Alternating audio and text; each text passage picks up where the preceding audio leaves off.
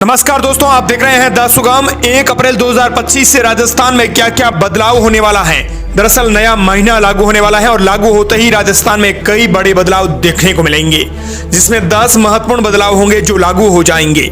आप भी राजस्थान के निवासी हैं तो इस वीडियो को पूरा देखें, सभी अपडेट आपके लिए जानना जरूरी है।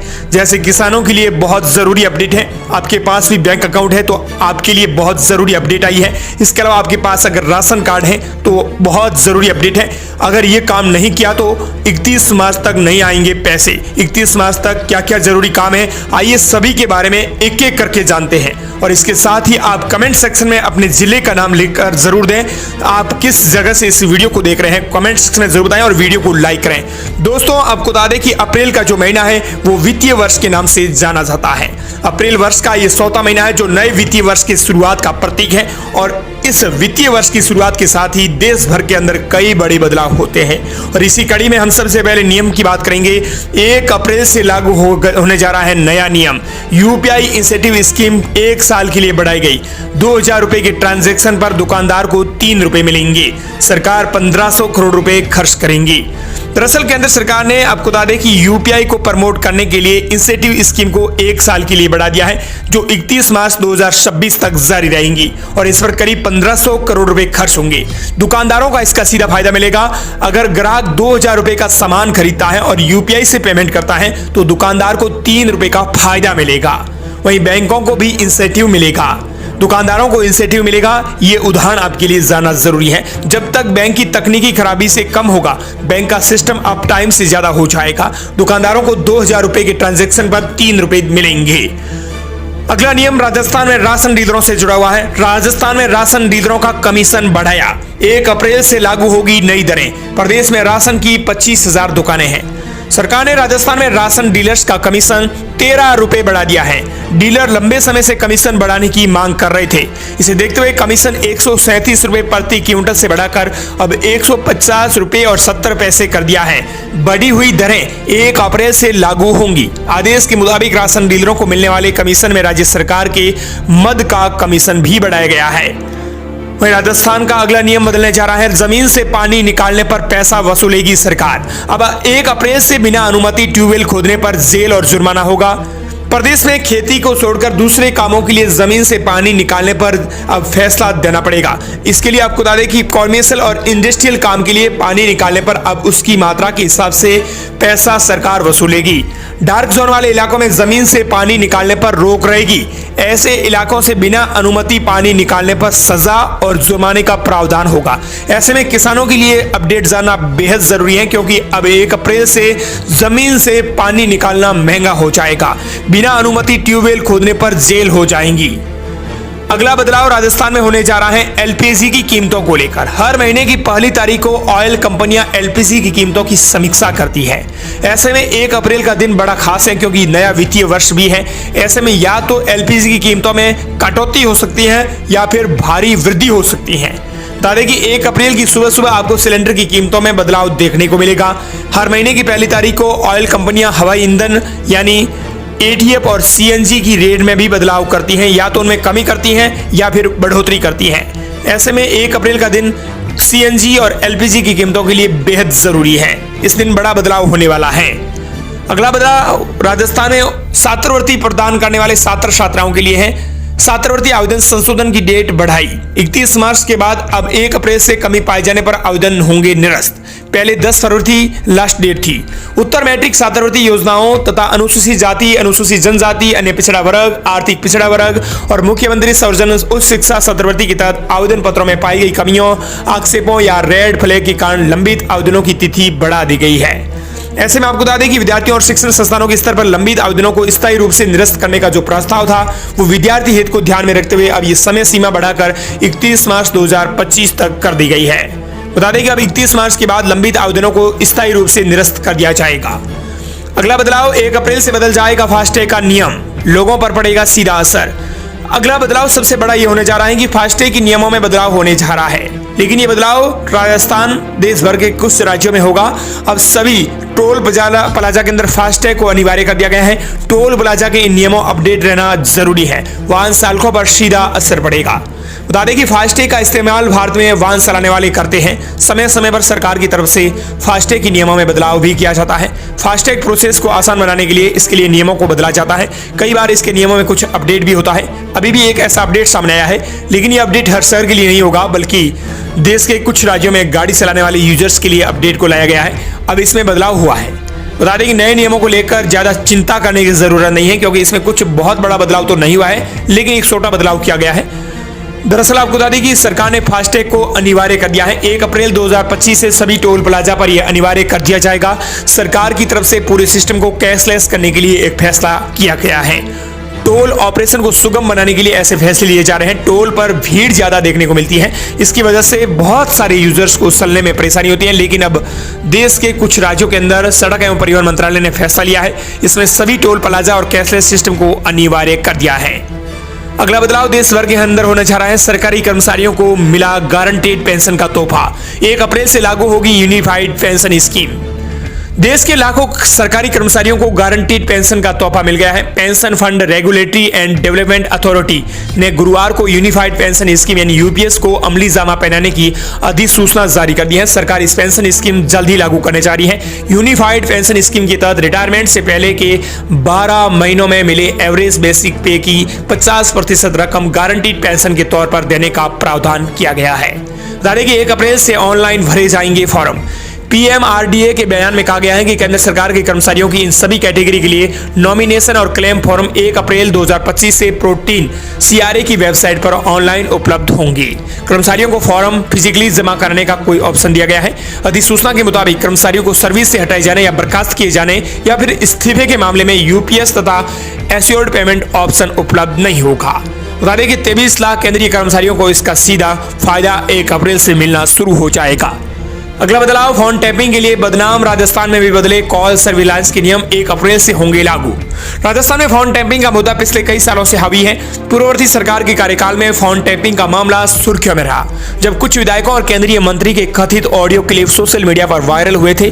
वर्तमान सरकार के कार्यकाल में भी कैबिनेट मंत्री डॉक्टर किरोड़ीलाल मीणा बार बार आरोप लगा रहे हैं कि सरकार उनकी जासूसी करा रही है। डॉक्टर मीणा ने फोन टैप होने का भी आरोप लगाया था। फोन टैपिंग के इन मामलों के बीच एक बड़ी खबर सामने आ रही है। 1 अप्रैल से केंद्र सरकार ने एक हाल ही में फोन टैपिंग के नियम बदल दिए हैं। अब तक के एसपी और ऊपर की रैंक के अधिकारी संदिग्ध मोबाइल नंबर को सर्विलांस पर लेने के निर्देश देते थे, लेकिन अब डीजीपी की अनुमति के बिना कोई भी पुलिस अधिकारी किसी भी व्यक्ति के मोबाइल को सर्विलांस पर नहीं ले सकेंगे। जानकारी के मुताबिक करीब 3 महीने पहले केंद्र सरकार ने फोन टैपिंग से जुड़े नियमों में बदलाव किया, जो 1 अप्रैल 2025 से लागू हो जाएगा। अगर किसी जिला SP, police commissioner, range IG या एडीसी स्तर के अधिकारियों को संदिग्ध मोबाइल नंबर को सर्विलांस पर लेना है, तो इसके लिए पुलिस मुखिया को पहले पत्र भेजना होगा। डीजीपी से अनुमति मिलने के बाद ही संदिग्ध मोबाइल नंबर को सर्विलांस पर लिया जा सकेगा। अगला बदलाव, राजस्थान में भी लागू होगा यूपी की तर्ज पर नया कानून। मंत्री जोगाराम ने लाउड स्पीकर को लेकर कह दी बड़ी बात। अब देश भर के अंदर आपको बता दें कि कुछ बड़े बदलाव होने जा रहे हैं, तो उसी कड़ी में राजस्थान में 1 अप्रैल 2025 से उत्तर प्रदेश की तर्ज पर धार्मिक स्थलों पर लाउड स्पीकर को लेकर कानून लागू हो सकता है। इसको लेकर कैबिनेट मंत्री जोगाराम पटेल ने संकेत दिए हैं। बता दें कि सभी धर्मावलंबियों को अपने अपने धर्म के अनुसार पूजा पद्धति का अधिकार है, लेकिन उन्होंने कहा कि इस पद्धति से किसी को परेशानी या उनकी नींद बाधित नहीं होनी चाहिए। इसको लेकर सरकार आवश्यक हुआ तो सख्त कानून लाने में भी कोई संकोच नहीं करेगी। 1 अप्रैल 2025 से लाउड स्पीकर पर भी रोक लग सकती है। कई राज्यों में धार्मिक स्थलों पर लाउड स्पीकर के प्रयोग को लेकर कानून लागू हुआ है। इसको लेकर अब राजस्थान में भी सरकार इसकी तैयारी कर रही है। अगला बदलाव, किसानों के लिए बड़ा अवसर। 51 लाख से अधिक किसान डिजिटल बने। फार्मर आईडी से सीधे मिलेगा योजनाओं का लाभ। बता दें कि मुख्यमंत्री भजनलाल शर्मा के मार्गदर्शन में किसानों को सशक्त बनाने के लिए उन्हें डिजिटल रूप में सक्षम बनाने की दिशा में एक महत्वपूर्ण कदम उठाया जा रहा है। एग्रीस्टक योजना में किसान रजिस्ट्री शिविरों का आयोजन 31 मार्च तक किया जा रहा है। ऐसे में 31 मार्च तक किसान अपनी आप आईडी बनाना चाहते हैं, फार्मर आईडी बनाना चाहते हैं, तो 31 मार्च तक ये जरूरी काम कर लें। इस योजना में राज्य के सभी जिलों में शिविर आयोजित करके किसानों को फार्मर रजिस्ट्री आईडी बनाई जा रही है। अगर आप 31 मार्च तक इस योजना में आवेदन नहीं करते हैं, फार्मर आईडी के लिए आप जाते नहीं है कैंप के अंदर, तो आपको बता दें कि 1 अप्रैल के बाद किसान के लिए फार्मर आईडी नहीं बनेगी। ऐसे में 9,000 रुपए जो किस्त में आपके किसान सम्मान निधि के आते हैं, वो भी आपके खाते में बतौर नहीं आएंगे। इस फार्मर आईडी के बिना आपके खाते में एक अकाउंट भी सरकारी पैसा नहीं आएगा। ये आपकी जानकारी के लिए मैंने बता रहा हूं। अगला बदलाव राजस्थान के अंदर होने जा रहा है। राजस्थान कर्मचारी चयन बोर्ड 1 अप्रैल से नया नियम लागू करेगा। 750 रुपए की पेनल्टी लगेगी। बता दें कि राजस्थान में भर्ती परीक्षाओं को लेकर नियम बदलने वाला है।